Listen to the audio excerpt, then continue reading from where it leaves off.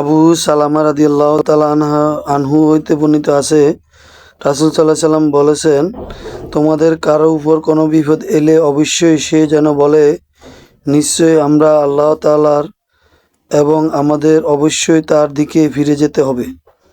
হে আল্লাহ, তোমার নিকট আমি আমার এই বিপদের প্রতিদান চাই, অতএব তুমি আমাকে এর প্রতিদান দাও এবং এর বিনিময়ে ভালো কিছু দান করো। এরপর আবু সালামা রাদিয়াল্লাহু তাআলা আনহু ও মৃত্যু হাজির হইলে তিনি বললেন, হে আল্লাহ, আমার অবর্তমানে আমার পরিবারের জন্য আমার ও চাইতে উত্তম স্থলাভিষিক্ত নিযুক্ত করে দাও।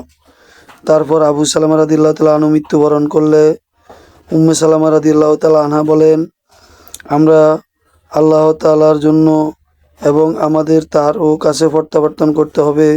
আমার এই বিপদ প্রতিদান আমি আল্লাহ তাআলার নিকট পাওয়ার আশা করি, অতএব হে আল্লাহ, তুমি আমাকে এর প্রতিদান দাও।